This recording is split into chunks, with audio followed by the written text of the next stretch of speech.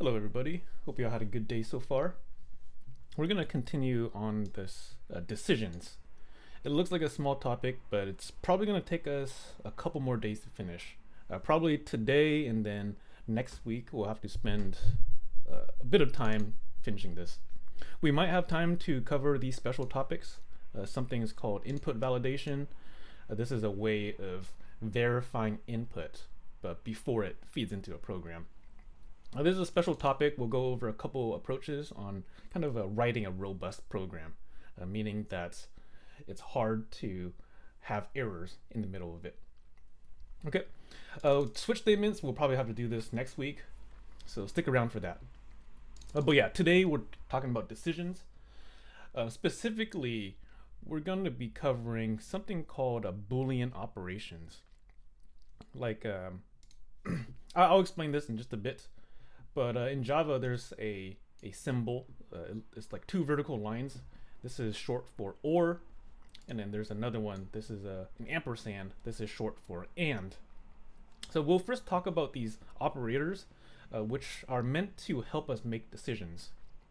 Okay, and then we'll also talk about nesting too. Nesting is a way of having branches within branches. A couple days ago, we really only designed flat trees, like this over here. This is the last example we did a couple days ago. This is kind of like a flat tree because there's only like a depth of one.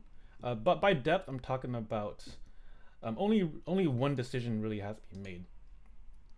But with nesting, we can have branches within branches. For example, this diagram I showed a couple days ago. Let me see. This is a diagram that shows nesting. The outer layer, this is like a depth of one. This is pretty much what we did a couple days ago. But today we should have some sub-branches, meaning that if we were to branch into a certain scenario, those can branch off into other scenarios as well. Okay, so that'll be a major takeaway from today, the nesting. And then we'll end off with a class exercise. This class exercise is going to be read in some numbers and calculate the max. This class exercise, I'm going to go over a couple different solutions so people are aware of many different approaches. All right, so yeah, stick around. This application, we're going to write a guessing game. I think we're going to do this next week though, because this guessing game is meant to be a sneak peek into loops. So we'll talk about this next week, but we're probably going to end off on this class exercise. Okay, let's begin then. So we left off at this letter grade calculator over here. We wrote a program that pretty much converts a number to a string. So let me just refresh folks on it. This is called gradecalculator.java. Okay. Currently the program, let me run it again. So I got a cd into examples. Okay. Let me run this. So all this program does is take a input, like a number as an input. So I'll type in like 95. It's not really a number, by the way. It's treated as a string because this io.readline returns a string. But we treat it like a number because this next line of code converts that string to a number. It's necessary to convert the string to a number. This way we can properly compare numbers. Okay, so 95 translates to an A, and so on. 85 translates to a B. You can try out the other numbers as well. And this is an incomplete program, by the way.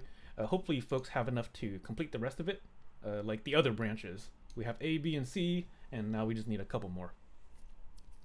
Okay, let's do a little pop quiz real quick. These are possible exam questions. Okay, so let me just edit this program real quick and then ask folks what the output will be. All right, so I'm gonna modify it.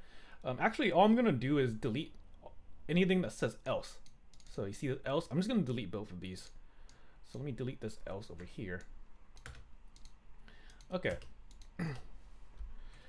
Okay, cool. Let me go and save it. Okay, and then let me go and run it.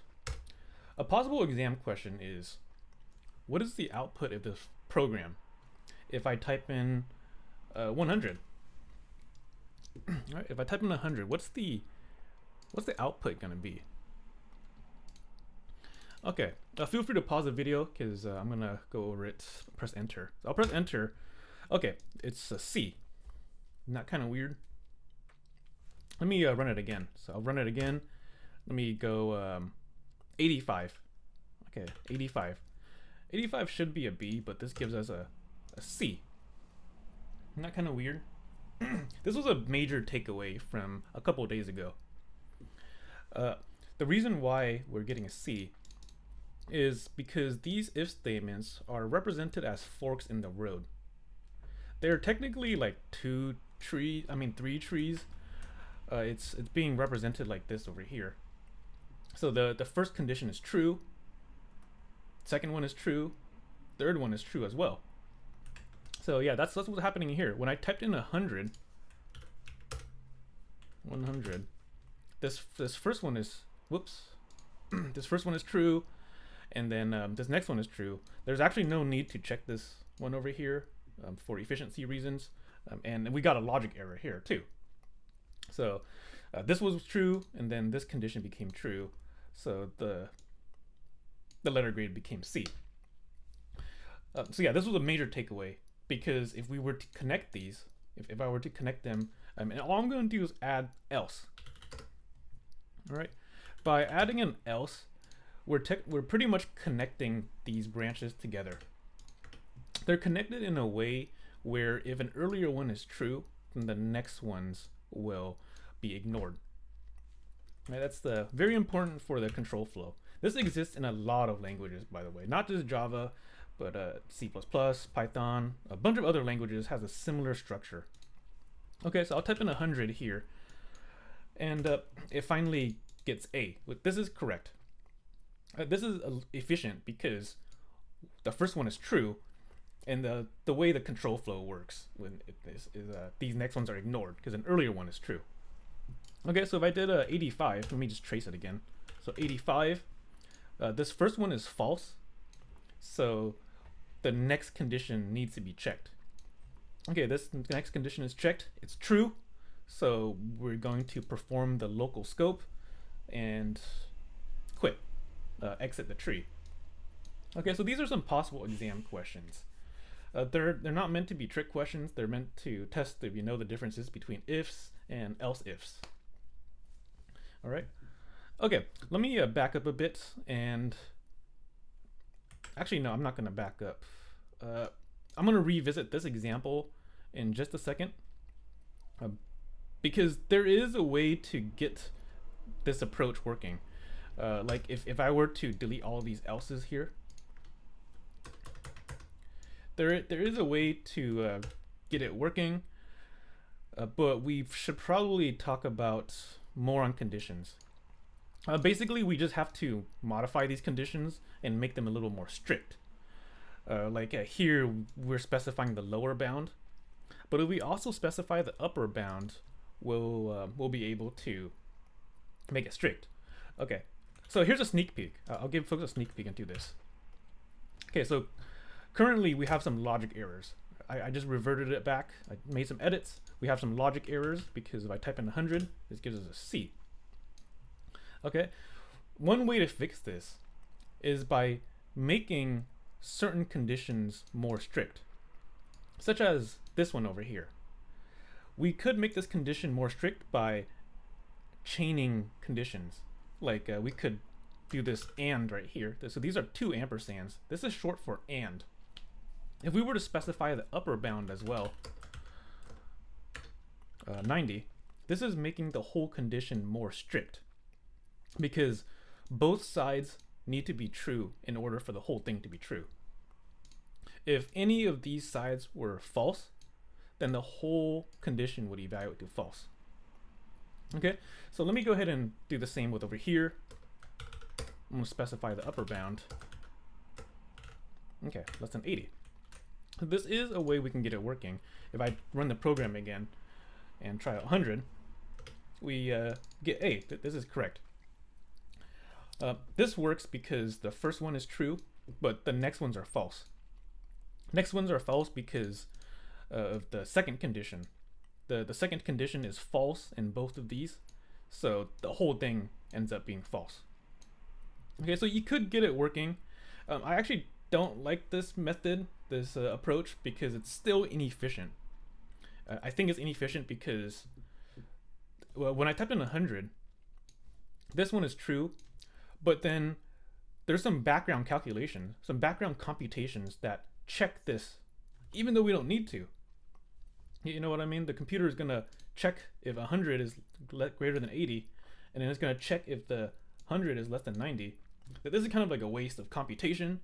You know what I mean? Because if an earlier one is true, there's really no need to check the next conditions. So I don't really like this method. It does work, but it's inefficient. Okay, so this leads us into our next topic. I wanted to talk about some Boolean operations. So a Boolean is either true or false. We can perform operations on them. Let's start off with the and or, and then there's another one called a not. This is like a negation operator. Okay, so you can think of these operators as like a way of relating two Booleans. I have a table here that describes all of the possible scenarios. So just focus on this left side for now. P and Q, these are propositions. You can think of them as Booleans, where they can either be true or false. So down here, I have all of the possible outcomes. What are all the possible outcomes of P and Q? Well, one outcome is both of them are false. Another outcome is one of them is true. Another outcome is the other one is true. And then finally, both of them are true. So these are all the possible outcomes. And if we were to perform Boolean operations with them, we can use it to help make decisions. Okay, with the this is an or. This is right above your enter key, by the way. These two lines. Or means either side can be true in order for the whole thing to be true. So so false or false is false because neither of them are true. But then if one of them is true, the whole thing is true. Okay, so same with down here. It's true because one of them is true, and the same with the same with here. At least one of them is, so this one is also true. Okay, and then there's a and operator too. This is a more strict one. It's more strict because both sides must be true in order for the whole thing to be true. So in this case, there's only one outcome where it's true because P and Q are both. Okay, let me show folks in the J shell real quick just to solidify this. So I'm gonna pull up my J shell again. Okay, let me type in J shell in my terminal. Okay, I'm just gonna do some quick one-liner calculations so people see what I mean. Let's start off with this or operator. So say I put false or false. Okay, this evaluates to false. Another way you could represent this is with conditions. You don't have to. This looks kind of useless.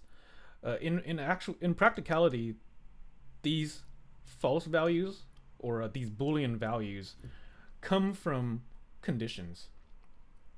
Like let's say I were to compare some numbers for some reason. Like here, let me just declare a variable. Let's see. Let me declare a variable. I'll call it.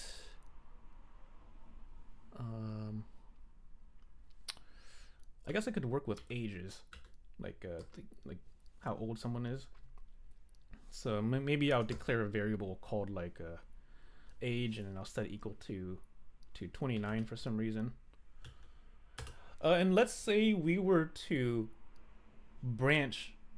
Let's say we were to write a program that branches based off your age, but our age must be within a certain range. For example, maybe I want to be president. Okay, how old do you have to be president? I'm not sure actually. There is a range. Let me Google it real quick. Let me Google what the range is to be a president. Age range. Let me just Google this. 5 requirements to be president. Okay, hold up. Let me just read this real quick. I want to see how old. Minimum age. It says I must be 35 years old.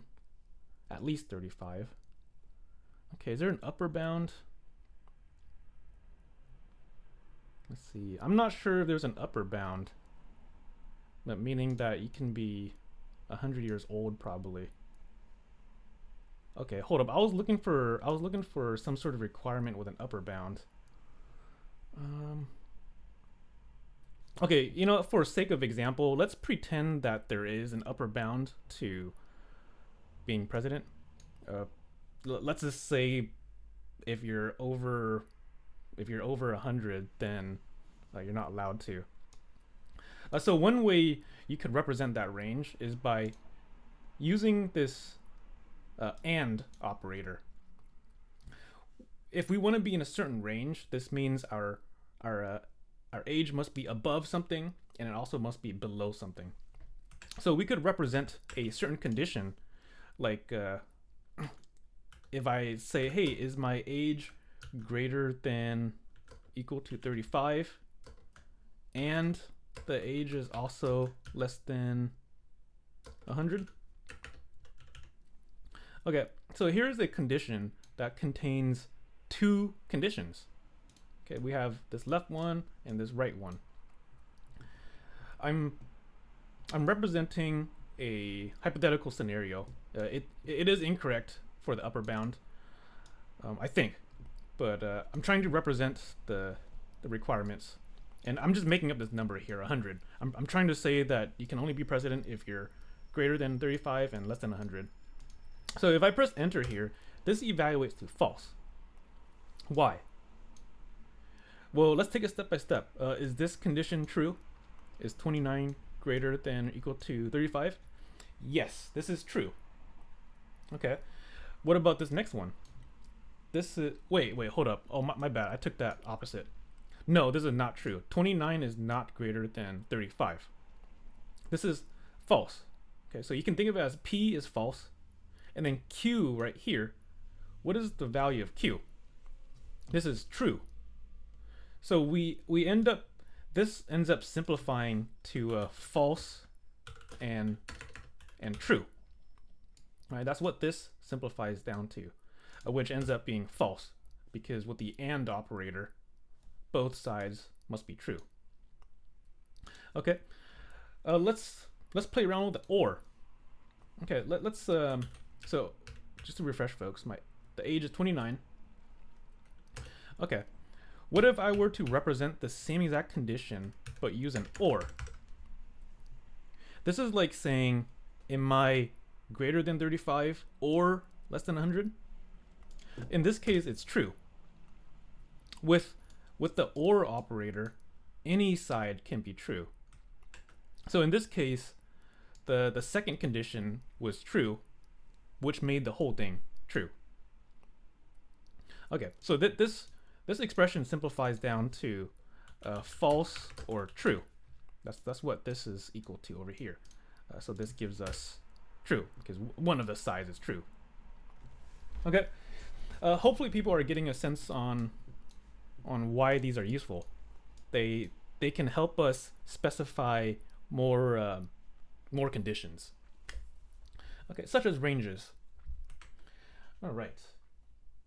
So with that in mind, hopefully this kind of makes sense here. This letter grade calculator. We fixed the logic error by making if statements more strict. Okay. Once again, I don't like this approach because it's inefficient. There's really no need to check the next branches if an earlier one is true.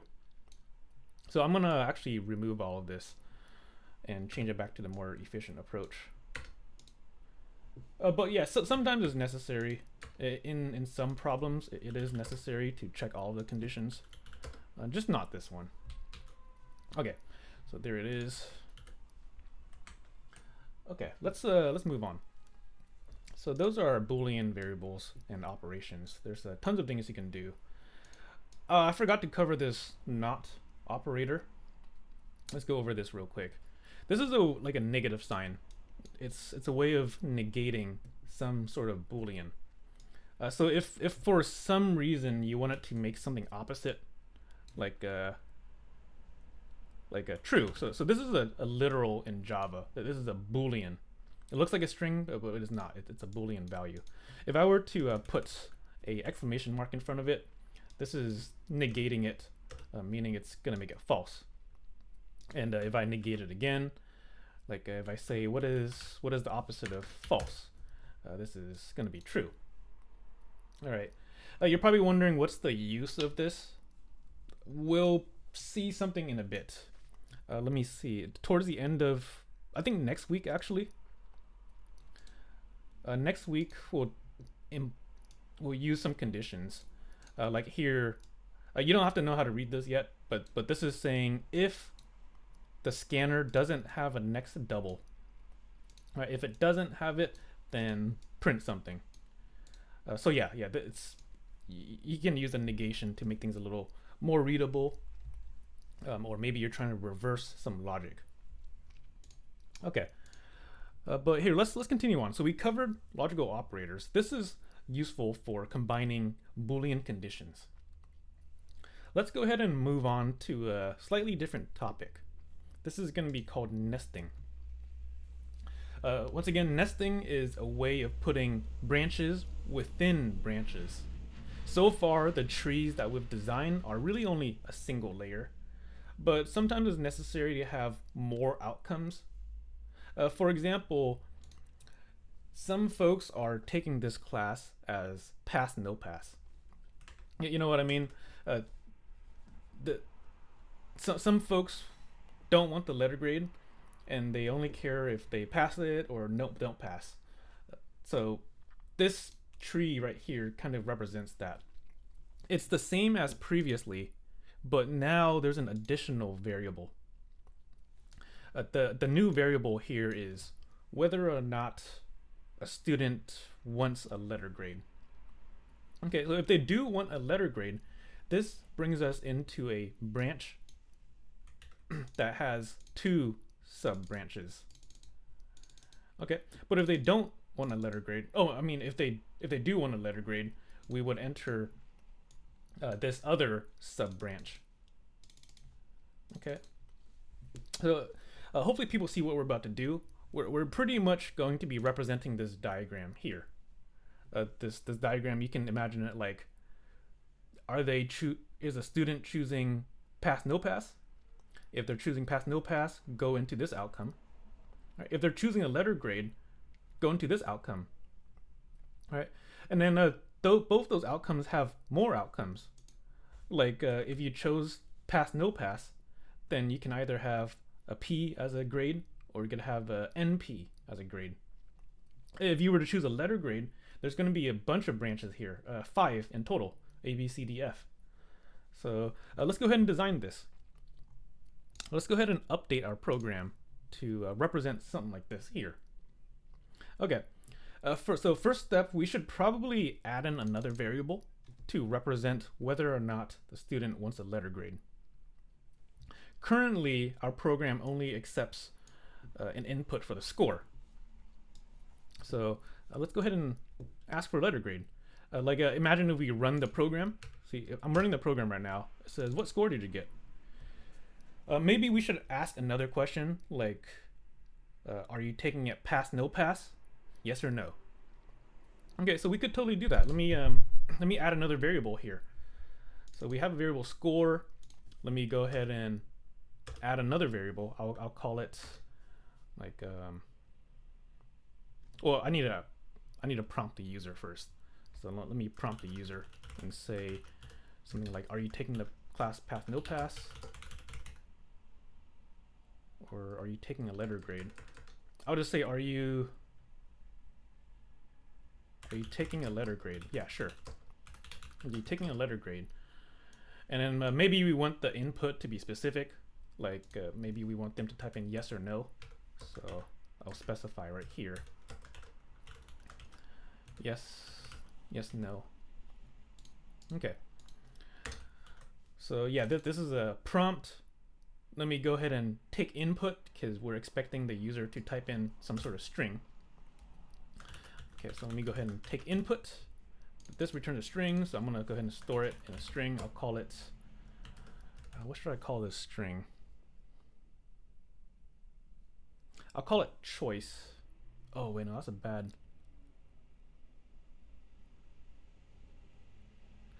You know what? We don't have to create a new variable. We could actually reuse this string up here. Earlier we declared a string user input and set it equal to score. We could reuse this variable. The reason why is because the user input already gets converted to a double.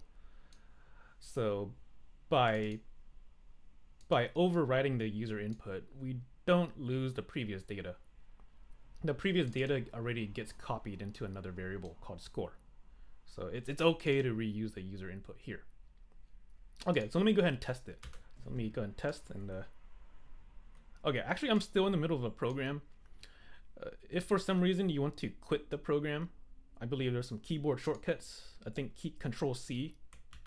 Yeah, Control C will quit the program. Okay, this is useful if you write like infinite loops on accident. We haven't even talked about loops yet, but next week you'll see why we might need to quit. Okay, so let me just test this program real quick. I'm gonna test these 2 lines. All I did was add in 2 lines here. Okay, so let me test it. Okay, cool. What score did you get? I'll say like 100. Enter. And then here's the next prompt. Are you taking a letter grade? Let's say I put no.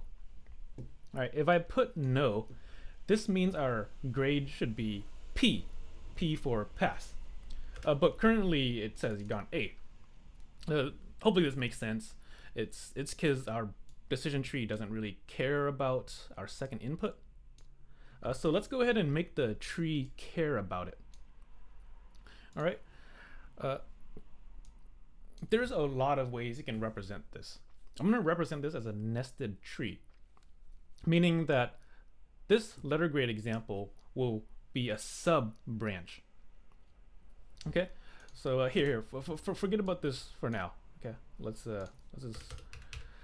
pretend like we're going to design a tree that determines whether or not they took the letter grade. So I'm gonna actually comment all of this out. I'm commenting everything down here because I want to sanity check things up here. Okay, I'm gonna use this in just a bit. But let me go ahead and make a couple branches. I'll write a branch that represents their whether or not they chose the letter grade. Okay, so if they chose the letter grade, we need to write a condition that represents the user input being yes. Okay. Oh, one way we could do this is by using this string function. It's called a equals. So we could use this, I mean method, equals, and then I'll put like yes here. Okay, so this is a string method. It actually returns a boolean. If you're curious how I knew about this, it's in the Java documentation. So let me pull it up real quick. I'm just gonna Google up Java string.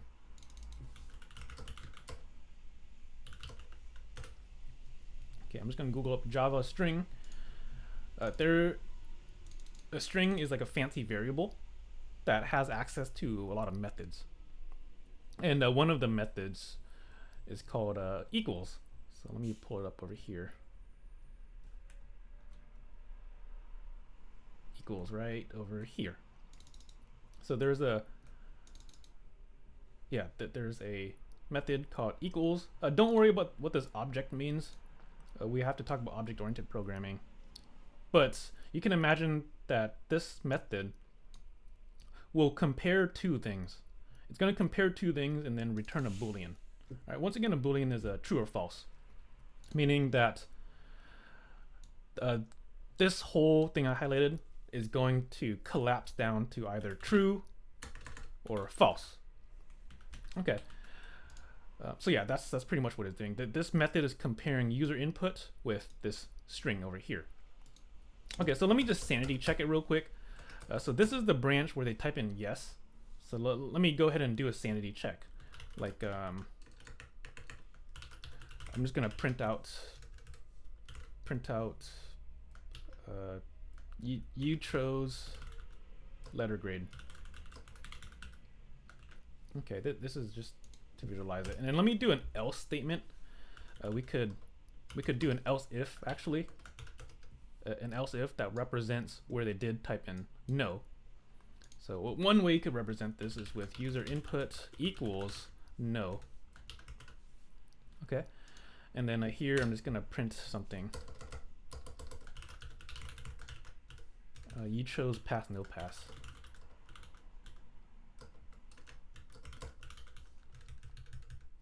Okay, so you chose pass, no pass.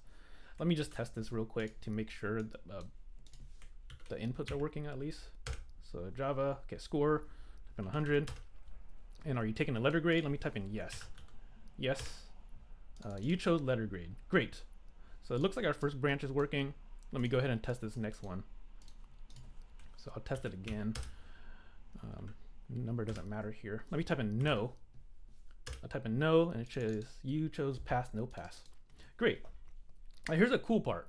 Now that we sanity checked the two major branches, you can imagine that each of these branches will have more in them. For example, if you chose a letter grade, you can imagine that there's going to be 5 branches underneath this if statement. And then if you chose a pass, no pass, you can imagine there's going to be 2 branches underneath this else if. Okay, so we're really trying to represent this over here. I think this is a cleaner diagram. This is pretty much what we're trying to represent, except one of them will have 5. So one way we could represent this is if we were to take a letter grade, we can actually just copy this over.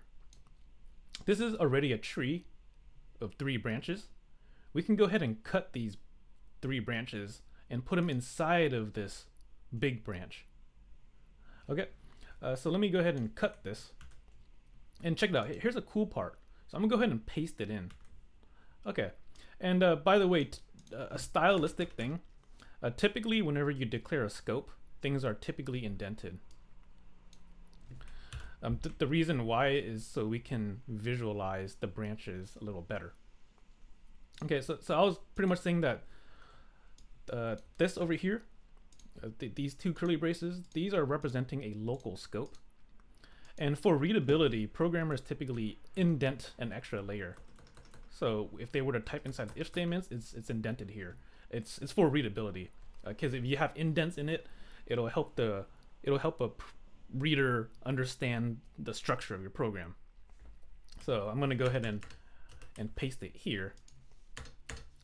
Okay, so this does look a little hard to read because there's a lot of if statements everywhere, but we'll go ahead and trace through this right now. Actually, let me actually comment out this branch because there's nothing in it so far. My goal is just to test out this big branch. There's one big branch that has 3 branches. Let's test this. So I'll go ahead and Java. Okay, so what score did you get? I'm gonna test this one over here. So I'll type in 100, and then I gotta type in yes because I'm testing this one over here. Okay, so I'll type in yes, and it didn't print anything. Oh, that's because I commented out the very last line. So let me bring this line back to life and rerun it. So Java, and what score did you get? 100. And if I type in yes, it prints out A. Okay, let me do it again. Let me type in 85 and then yes, got a B. Okay, great. The reason why this works is because when we typed in yes, this means this outer branch is true. So we're gonna dive into the local scope, which is inside of this block here. The local scope is represented by these two curly braces, and we indented it. So people see why we indent. It makes things more readable. It helps us visualize the tree structure a little better. Okay, so we entered in this local scope, and then a score is 85, so this one becomes true. All right, people cool with this? Okay, cool. If I were to test it again with the no, let's see. So if I type in no here, let's see what happens. Okay, I typed in no and it says you got a blank. This also makes sense because our string letter grade was initialized to nothing. I would actually put NA here instead of nothing. I would initialize to not available. This way it's kind of like a safe thing. So if letter grade never takes a value, it's gonna default to this. So here, let me just test this again. So Java, what score did you get? 100. And let me say no. So I got NA. The reason why is because the letter grade never got overwritten. Never got overwritten because we typed in no. So this is false. This is false. So we go down here and there's nothing else to do. There's nothing else to do because I commented out this second branch. Okay, but let's go ahead and uncomment this because we're planning on implementing two branches in here. If they want a pass no pass, it's usually defined as whether or not your score is greater than 60. Over here, let me pull it up. Yeah, so this is what we're trying to represent over here. These two small branches. Okay. So inside of this big branch, I'm gonna go ahead and do an if statement. This is like declaring another tree inside of it.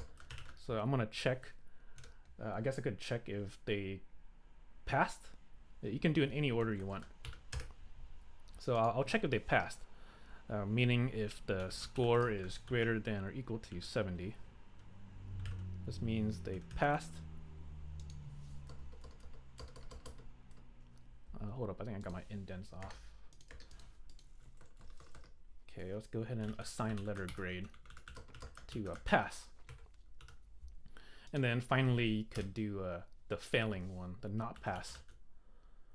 You don't really need to use an else if actually, because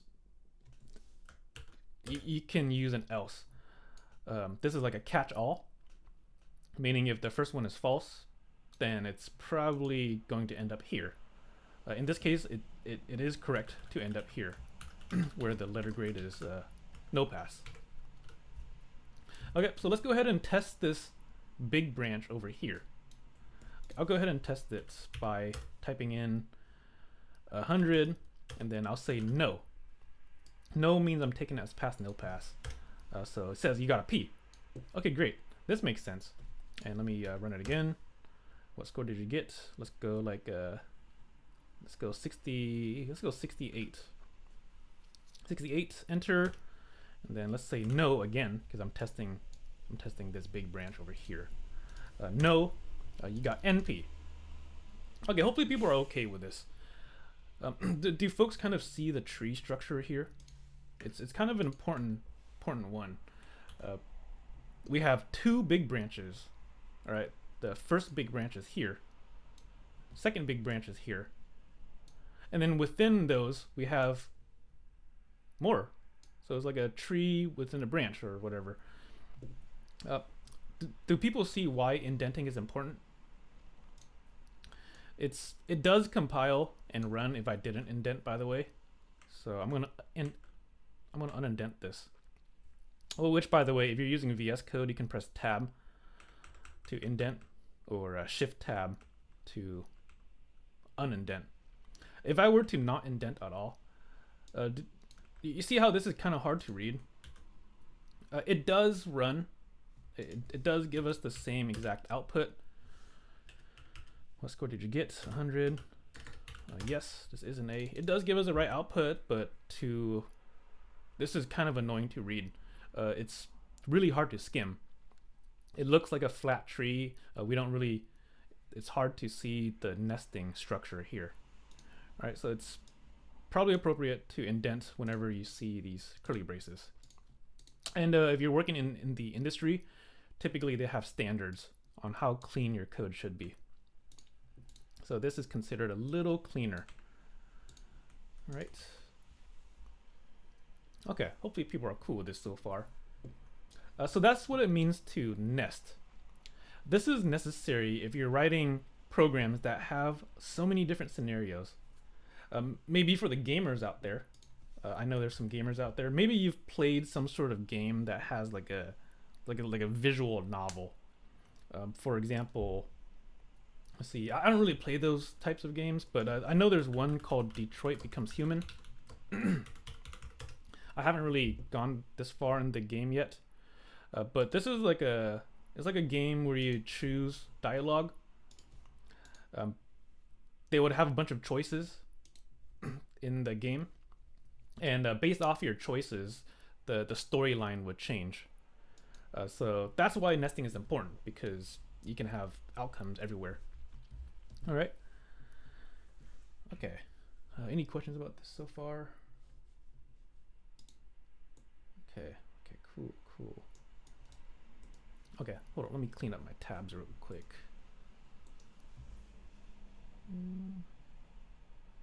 Okay. Let's move on to an example that might help put together some stuff.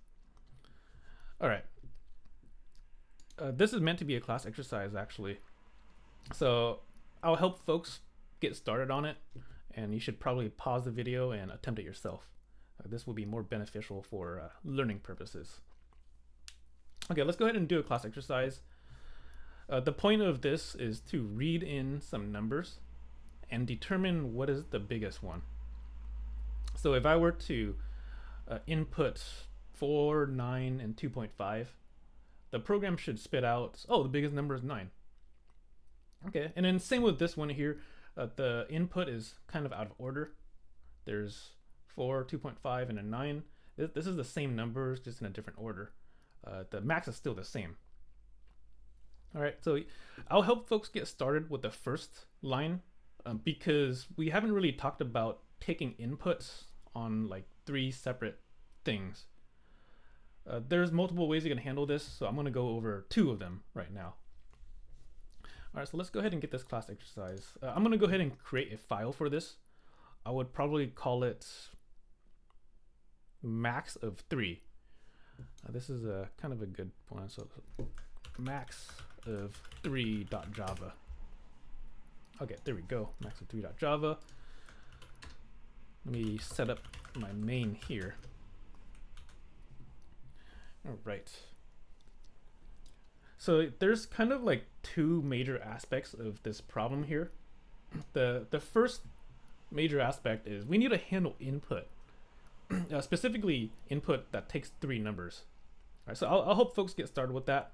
The next aspect of this is determining what the biggest number is out of our 3 inputs. All right, so here, let's go ahead and do the first part. We need to prompt. So let me go ahead and prompt the user.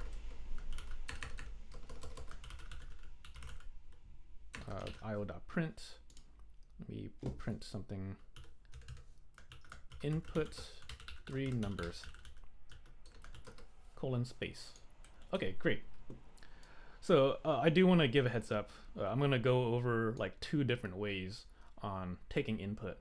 It might seem overkill, but I just want to encourage folks that there's an infinite amount of ways you can represent this. So one way we could do this is by using the io.readLine. Okay, io.readLine, this returns a string, so you could store it in something called user input. Okay. Let me actually sanity check this so folks know what I'm about to do. I'll sanity check it by outputting it. So I'll say something like you typed these numbers. You typed user input. I'm concatenating two strings. Okay, let me go ahead and test this just to make sure. So Java max of 3 and input 3 numbers. Great. So let me go ahead and go like just some 3 random numbers, 3, 9, and then 6.2 for some reason. So in this case, 9 is the biggest number, but we're not really focusing on the max yet. We're just focusing on input. So I'll press enter and it says, okay, you type these numbers in. I do want to mention that the user input is a string, by the way. These 3 numbers are actually being treated like text. So it looks like 3 numbers, but it's actually one single string.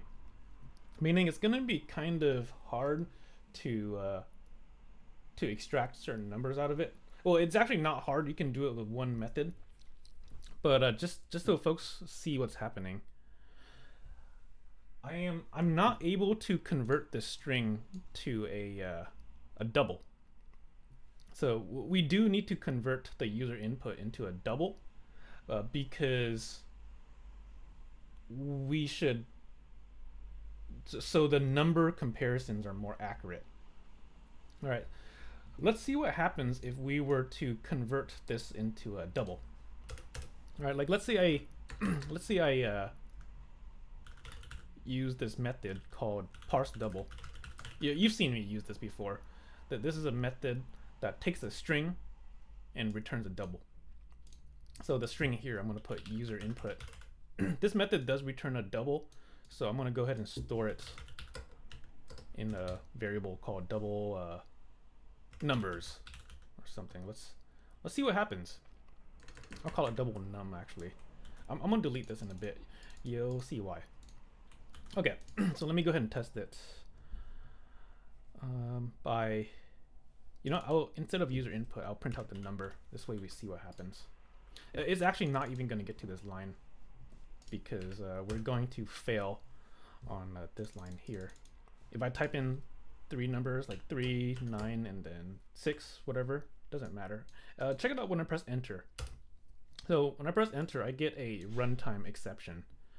It's happening on line 5 right here. Line 5 that I highlighted. And it's saying that I cannot convert a string to a double. The reason why this is happening is because there's some spaces in between. So the method doesn't really know how to convert these 3 numbers into a single number. All right, so just to simplify it a bit, this is what's happening here. Let me pull up the J shell. What's happening is we're using this method called double.parseDouble. And we're giving a string that contains like 3 numbers. Okay. So if I were to try to convert 3 numbers into a single number, this is going to give us an exception. This is the same exact exception that we saw earlier, just a little more simplified. All right, so you see what's happening here. We're kind of limited because we're using strings. So one way we could handle this is by splitting. This is kind of an advanced topic, by the way, but it's good to have a sneak peek. We could split the number based off white space. Like there is a method. If you take a look at the string library, string class in Java, there is a method that splits a string, which might be necessary. So let me pull it up here. So yeah, this is the string, and then down here there's a method called split. Okay, this is, once again, it's a more advanced topic because it's going to involve something called arrays, but it should be a good sneak peek. This method allows you to split the string based off of some regular expression. You don't have to know what regular expression means. This is like a fancy way of saying where to look at. So if I were to, let me pull up this J shell over here again. So let's say I had like a string. For some reason, I'll have like text, or let's say user input. Okay, so I'm hard coding some data here so we could visualize. Let's say we have a string that has these three numbers. It's not really numbers, this is treated as a single text. If we were to split this, we could split it by saying user input dot split, and then there is this regular expression here. The regular expression means it's gonna look for where to split at. So in this case, I'm gonna say, hey, split it at every space. So here's a string, there's two quotes, but there's a space in between. Okay, this is important because it's gonna split on spaces. Okay, so I'll press enter here and check that out. It's pretty sick. We see that this method returns like a string square bracket 3 and then 1, 2, 3. This is saying an array of 3 items. So this is an array of 3 strings, by the way. They're not numbers yet, but we did successfully convert one string into 3 different strings. All right, this is going to be useful for our approach. Our current approach is we need to convert user input, split it. All right, so let me go ahead and split it. I'll go ahead and say user input dot split, and I'm gonna go based off of white space. Okay. You might have wondered what this means here. This is saying it's a string array that has 3 items. This is a sneak peek, by the way. An array is like it's a data structure that has items next to it.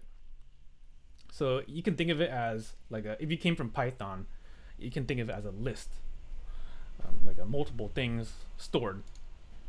So this method returns a string array, meaning it might be necessary to store its return value into a string array. All right, so here I'm on the left side, I'm declaring a string array. I'll call it like tokens. I'll call it tokens. I'm calling it that because it's kind of like a computer terminology where this has 3 tokens. So token 1, 2, and 3. Okay. So I'll call it tokens. The cool thing about arrays is you can access certain elements within them. Like if I were to access the first element, like over here. So back to this example here. I could. Oh, I need to store this. So let me store this in a string array, and I'll call it tokens. All right. So these aren't really the same. They're not really connected. I'm just using JShell to visualize single lines at a time. Okay, so this is what I'm doing right here. I created a array called tokens. The cool thing about it is we can index into certain positions. Like if I said tokens 0, this will give me the string 1. If I said tokens 1, gives me 2, and 2 gives me 3. Now, in a lot of programming languages, we start counting from 0. 0 typically specifies the first item in the array. So we could use a similar concept. We could go ahead and get those tokens. So you know, let me actually print these out real quick. I do want to sanity check this. So I'm gonna do a print statement to sanity check everything in this array. So I'll say something like you typed, and then I guess I'll print each of them on a different line. Let's see. I'll do an indent here. I'll say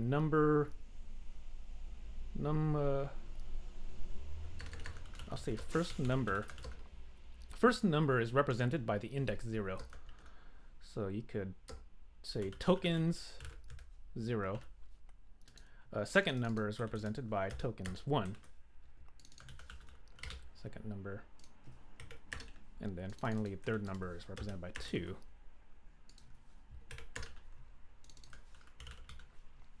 Okay. These are just sanity checks, by the way. You want to check the values of each variable before you move on. Okay. So let me go ahead and test it. Okay, cool. It says input 3 numbers. All right, great. Let me go ahead and type in 3, 6.5, and then 10. Okay, it doesn't matter what you type in. But let's see. Oh, it didn't even print. It didn't even echo it. I forgot to save it. My bad. Let me go ahead and save it. Save. Okay, let's test it again. Let's go like 9, 1, and then 68. Okay, enter. And then, okay, there it is. Here's our print statements. All right, people see what happened here? We were able to treat the string and split it based on white space. So we ended up with an array of size 3, and we're just accessing individual elements within it. All right, I do want to repeat that these are strings, by the way. It's probably going to be necessary to convert these strings into to numbers. This way we can properly compare things. Here's what I mean. We need to convert it to numbers, because if we compare strings, we can get weird behavior. Like here, I'm going to use numbers here, like integers or doubles. Let me use integers actually. Okay, is 1 less than 10? Yes, this is true. What about the string 1 is less than 10? All right, let's see. This is not. We can't do it. The J shell is saying we cannot compare strings with this over here. So that's why it's necessary to convert these to integers. So I'm going to go ahead and convert it. Down here, I'm going to go ahead and take each of the tokens and convert them. So tokens 0. I'm kind of typing backwards here, by the way. You'll see what I mean. So token 0, I'm accessing the string, but I need to convert it to a double. So I'm going to go ahead and convert it using this called parse double. You've seen me use this in like the past 3 examples. So I'm converting a string. This method does return a double, so I'm going to go ahead and store it into a double. I'll call it like num1 or something. I'll call it num1. All right, so let me go ahead and convert the other tokens. So 2 and 2 here. Okay, so these are converting into doubles, and now I can replace these strings with the doubles. So num1. Okay, and let me just change these 2 and 3. Okay, let me just test this again. Okay, Java max of 3. Let's see, I got an error message.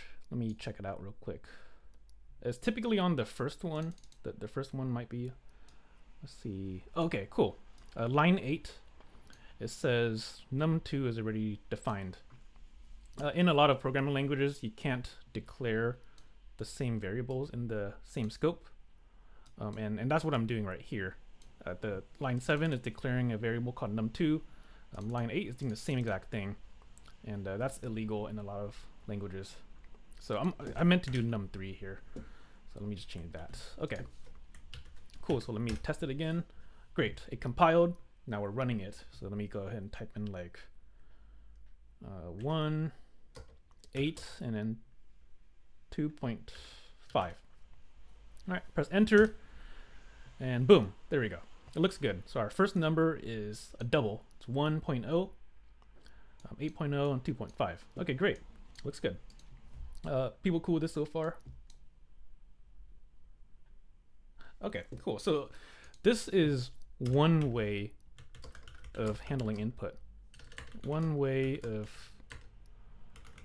I'll call it like parsing. No, I won't call it. One way of handling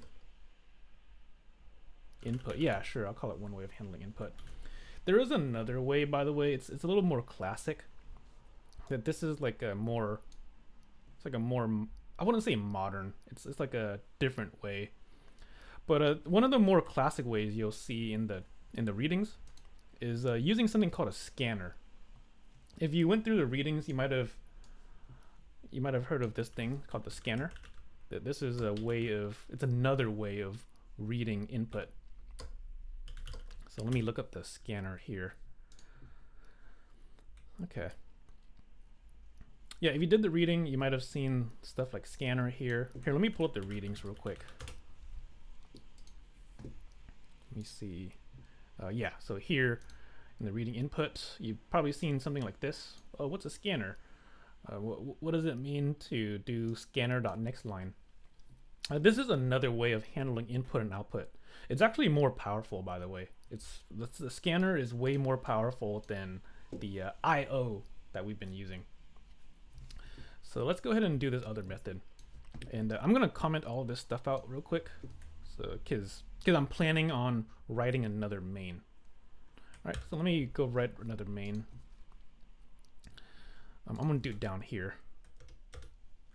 So I'll call it another way of handling input. All right, so another way, I'm gonna declare main again. Okay.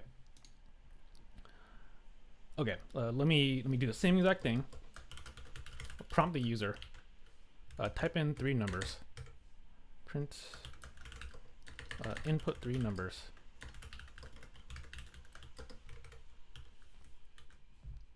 Okay, cool. So input 3 numbers, and let me scroll a bit. Instead of using the io.readLine, I'm going to use a different method. All right, the reason. So I/O, this is actually a new addition in Java 25. It's really meant to make things easier for the beginner learner. But here, I'll pull up the docs real quick, so you know what I mean. Java docs 25. Let me see. Okay, let me just scroll through this. Base, and then I/O somewhere here. Okay, there's this library called I/O. This is a brand new feature in the Java 25. All this I/O library does is wrap already existing methods in the system in and system out. All right, if we were to use the scanner, this has more power because I/O is really simple. It really only has these 5 methods. It doesn't really have the ability to read numbers. You know what I mean? Like here, we have the ability to read a string, but it doesn't really treat it as a number. So one way we could do it is by using something more powerful, this scanner here. So I'm at the docs again. I looked up scanner. This is way more powerful. You'll see this in the readings, specifically 1.3. You take a look at 1.3, you'll see this. But we could do something called declare scanner. Okay, and this is going to make sense in just a bit. But I'm going to type in capital scanner and lowercase scanner. This name doesn't actually matter. This lowercase scanner. You could name it like reader if you wanted to. This might be more readable. You know, I'll leave it as reader actually. Yeah, I'm gonna leave it as reader. I think this is more readable. So I'm gonna say this is equal to new scanner and then system.in. Okay, you don't have to fully understand this line. All you really need to know here is this declares a scanner object. This declares a scanner object. So we can use it later. So we can use it to read later. All right. A scanner object is like a variable. So you can think of the variable being called reader. This has access to many methods. Like it's got access to methods like next int or next double. Let me scroll down. There's a bunch of them. I'm going to use this method called next double here. This is a scanner method that reads the next token as a double. And it returns a double, so it's not treating it like a string. All right. So check it out. Check it out. This is pretty cool stuff. So instead of doing this io.readline, we can do the scanner. I mean the reader dot next double. Okay. This next double. This is a function that returns a double, by the way. So it does two things. It reads for input, and then it returns a double. So I'm gonna store it in a double because it's gonna be useful for later. All right. So you can actually do this 3 times and have different numbers here. So this is declaring 3 different double variables, meaning the reader is expecting 3 tokens in the input. All right. So let me go ahead and test this. So let me. Okay, Java, max of 3. Input 3 numbers. Let's go 4, 7, and then 1. And oops, I forgot to do a sanity check. So I took in the input, but didn't even do anything with it. Let me sanity check these numbers here. You know, I already sanity checked it up here. Let me copy these 4 lines and paste it down. These 4 lines are sanity checking. Okay, let's go ahead and test it. So we're printing out all of these variables. Okay, Java, and then let's go 471. Doesn't matter. Enter. And you typed 571. Okay, great. This looks like it's working. Okay. People see how this reader is a little more powerful. It's this scanner object. It's a little more powerful because it kind of already treats the input as a double, so there's no need to convert it. Earlier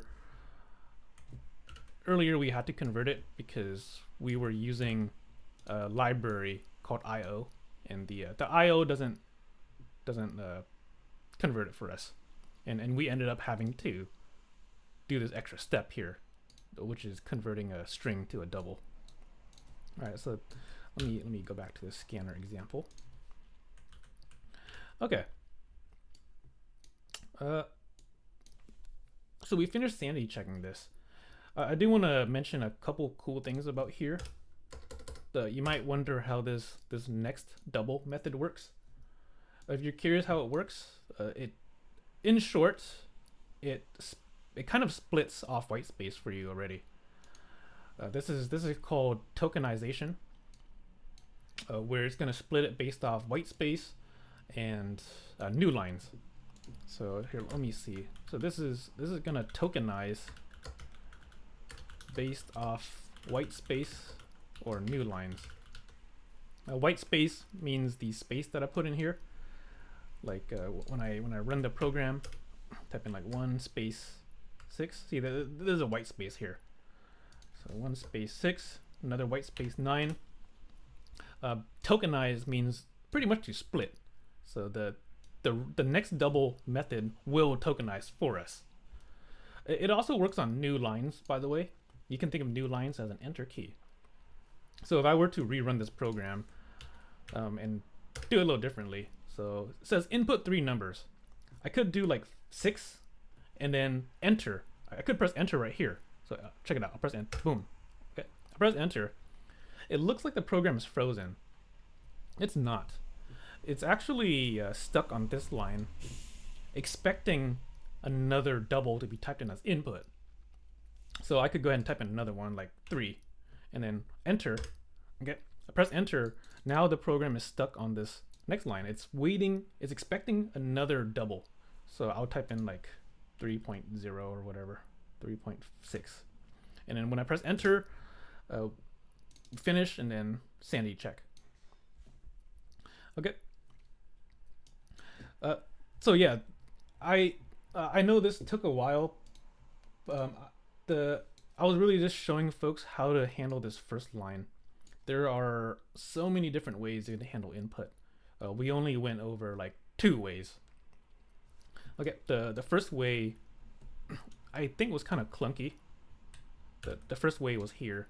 I think this is clunky because we had to split the string based on white space, and then we had to convert each of them individually, which is kind of tedious. But yeah, contrast that to the scanner. I think it's cleaner. It's, in my opinion, cleaner. So I highly recommend maybe studying how the scanner works. This is in 1.3. I think most people already did the reading, so you're probably aware of this already. But yeah, scanner. This is like a more classic approach. If you take a look at textbooks, they're probably going to be using this. Okay, so we handled the first part of the problem. Read 3 numbers. Let's go ahead and try to print out the max now. The end goal is pretty much to compare 3 numbers and determine which is the biggest.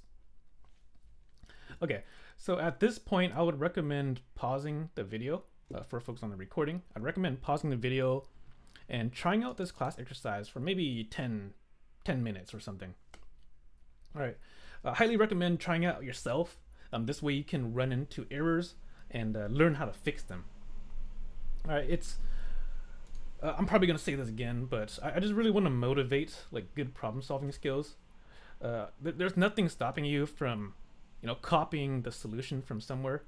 I am gonna go over the solution, by the way. There's nothing stopping you from copying it down, but I highly recommend trying it out yourself. This way you can go through the troubleshooting process if there's any errors. All right. So yeah, go ahead and pause the video, try it out for 10-15 minutes, and hopefully people learn from there. Okay, I'm gonna go over a couple possible solutions though. All right, you can think of this problem as maybe we're designing a tree. One way we can represent the solution is by maybe comparing every pair. Like maybe we could say, hey, is the first number greater than the second number and the third number? If so, then this is true. You know what I mean? Like we could also say, hey, is the second number greater than the first number and the third number? If so, then the second number is the max. And finally, you could do another condition that says, hey, is the third number greater than the first and second? If it is, then the third one is the biggest. So you could represent this as 3 branches. 3 branches that compares numbers. All right, so let's go ahead and do this approach. I don't really like this approach, but I'll explain why in just a bit. All right, so we sanity check the numbers. Let me go ahead and delete this. This is just a sanity check. I'll comment it out. Okay. I'm gonna go ahead and attempt to prepare 3 branches. So the first branch, I'm gonna represent it as, hey, is the first number greater than the second and the third one? Okay, so you could represent that as by saying, if the first number, so the first number is greater than the second number and is also greater than num3. If this is true, then num1 must be the greatest. So you could output it here. You could do something like io.print num1 is the max. But I think it's cleaner to not print. You'll see what I mean. I think it's cleaner to prepare a result and then overwrite that result. So imagine we have like a result called max or a biggest number, whatever. Imagine we have the biggest number, maybe, hold up, wait, does this compile? Let me see. I feel like it's not going to compile. Oh, it does compile. Okay, cool. So I think it's better to find the bigger number and then override it. So if this is true, then the biggest number gets written. It becomes num1. You see what this condition is saying. You could put parentheses around it, by the way, to make it look more readable. But the order of operations is still the same. You could put parentheses around like this. This is a little more readable. Okay, cool. So there's this one, and we can go ahead and do the next one. The next one is maybe we could check the other numbers. Like we could say, hey, is the second one greater than the first one and the third one? We could say that. So let's go. Is the second number the biggest one? So I'll set this up real quick. It's going to be some condition and some condition. So in this case, we're checking if the second number is bigger. Okay, if num2 is greater than the first one, and if num2 is greater than the third one, this means the second number must be the biggest. Num2. Okay, and then finally the third branch. We could represent it as saying, hey, is this bigger than the first and the second? So let me go ahead and do this.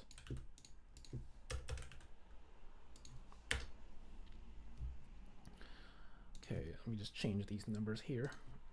So if the third one is bigger than the first, and if the third one is bigger than the second, then 3 must be the biggest. Okay, so let me go ahead and sanity check these if statements by printing out the result in the end. So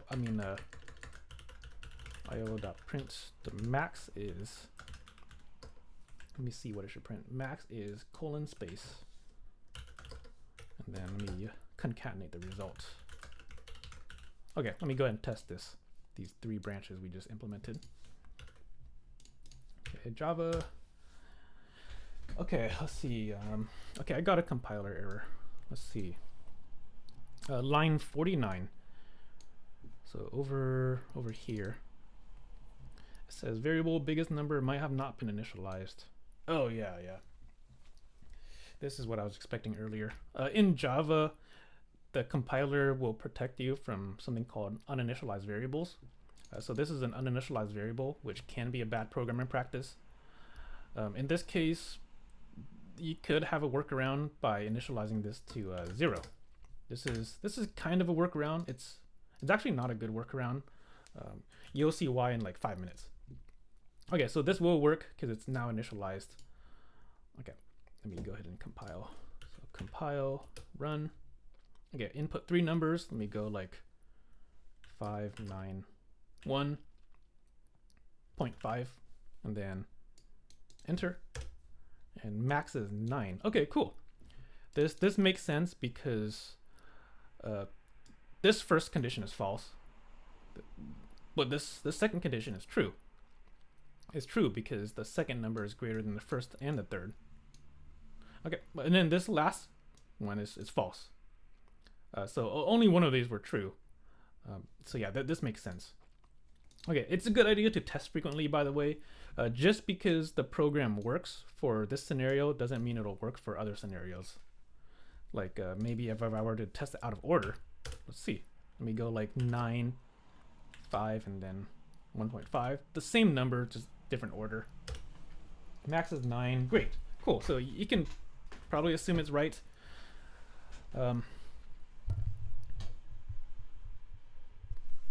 Yeah, you can probably assume this is right.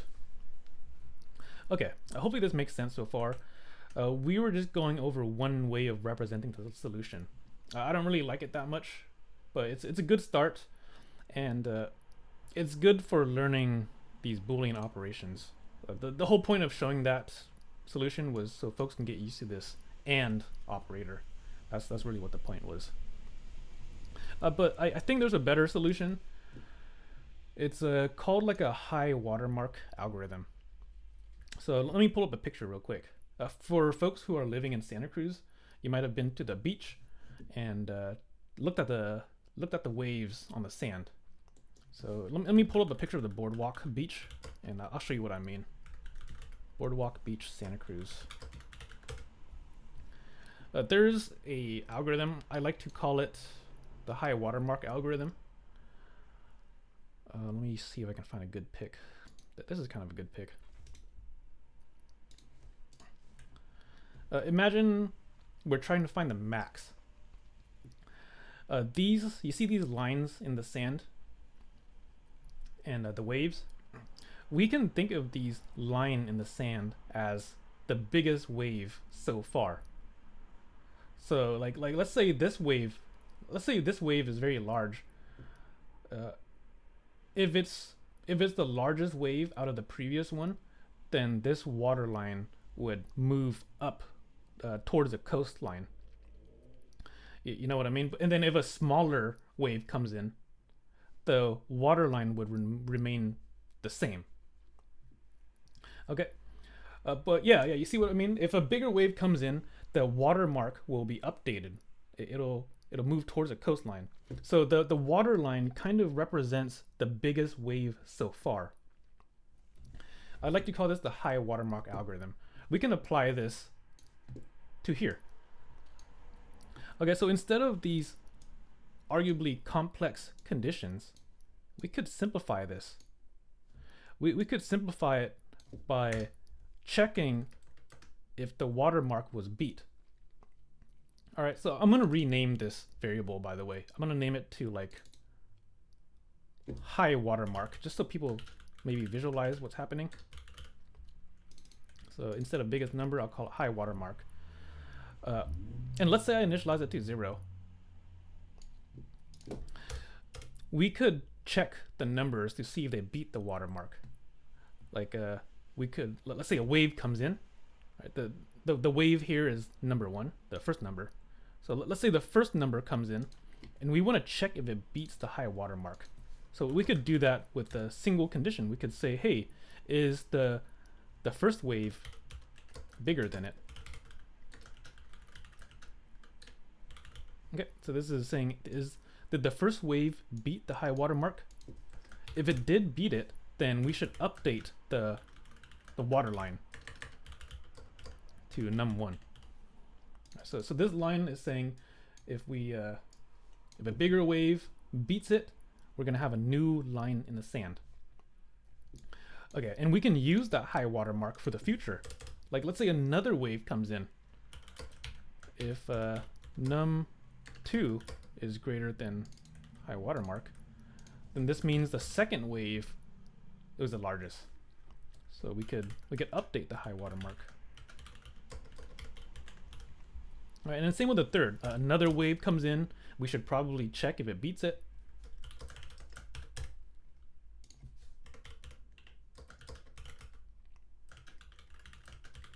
If it beats it, we should update the high watermark. Equals num3. Okay, so let me test this real quick and explain. Okay, Java max of 3. Let me go like 491. Okay, great. So max is 9. Our behavior is still the same. The reason why this works, a high watermark starts at 0. A wave comes in, 4. This is the first wave that comes in. Does this beat the high watermark? Yes, it does. 4 is greater than 0. So the watermark gets updated. Okay. And then a bigger wave comes in, 9. Okay, is 9 greater than the high watermark? Yes, it is. Because our high watermark is currently at 4. 9 is greater than 4. So our high watermark is updated. High watermark is now 9. And then now the last wave comes in, 1. Is 1 greater than the previous, the high watermark? No, it's not. So this condition doesn't happen. And this one happens. All right, hopefully people are cool with this. Okay. I think this is a better solution because it's more scalable. Scalable means we can have more numbers later. Earlier we had some complex conditions. Like our previous solution looked something like this. It looked like 3 if statements, but there is like 2 conditions in each of them. So this is, yeah, this was our, whoops. I'm not going to complete this, but our previous solution, you can rewind. It's kind of clunky. It compares a bunch of things. Imagine if we were not to do the max of 3. What if we were to do 7 numbers? Like if we were to read in 7 numbers and find out which one's the biggest. Can you imagine how large these if statements would get? If we had 7 numbers, we would have 7 conditions in each of these if statements. So that would be kind of annoying to type, and it's kind of inefficient because there's a better solution for it.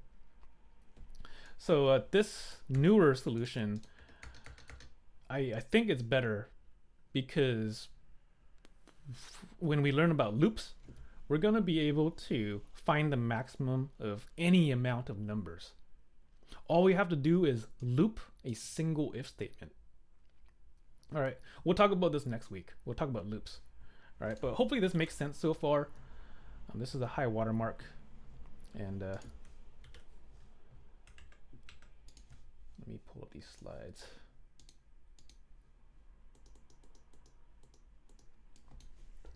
Okay, hope that makes sense so far. Cool. Let's see.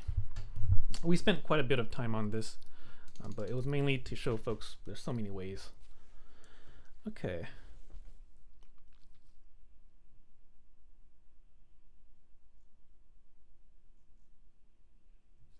Let me see. I'm thinking.